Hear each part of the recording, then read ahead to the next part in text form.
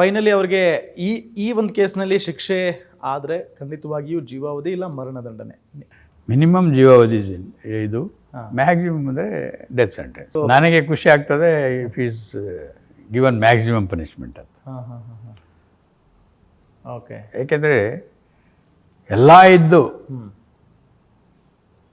ಮಾಡಿದವರಿಗೆ ಒಂದು ಎಕ್ಸ್ಕ್ಯೂಸ್ ಇಲ್ಲ, ಎಕ್ಸ್ಕ್ಯೂಸ್ ಇರಬಾರ್ದು. ಯಾಕೆಂದರೆ ನಮ್ಮದು ಒಂದು ಡೆಮೋಕ್ರೆಟಿಕ್ ಕಂಟ್ರಿ, 100%. ನಮ್ಮದು ಪಾಪ್ಯುಲೇಷನ್ ಬೇರೆ ಇವತ್ತು ಪ್ರಪಂಚದಲ್ಲಿ ಮೊದಲನೇ ಸ್ಥಾನಕ್ಕೆ ಹತ್ತತ್ರ ಇದ್ದೀವಿ ನಾವು, ಬಂದ್ಬಿಟ್ಟಿದ್ದೀವಿ ಆಗಲೇ. ಆದ್ದರಿಂದ ಅಂಥ ಜನನ ನೋಡ್ಬೇಕು ನಾವು.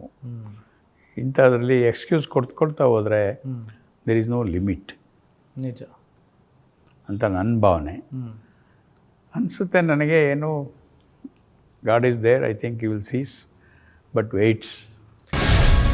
ಗ್ಯಾರಂಟಿ ನ್ಯೂಸ್, ಸುದ್ದಿ ಖಚಿತ, ನ್ಯಾಯ ನಿಶ್ಚಿತ.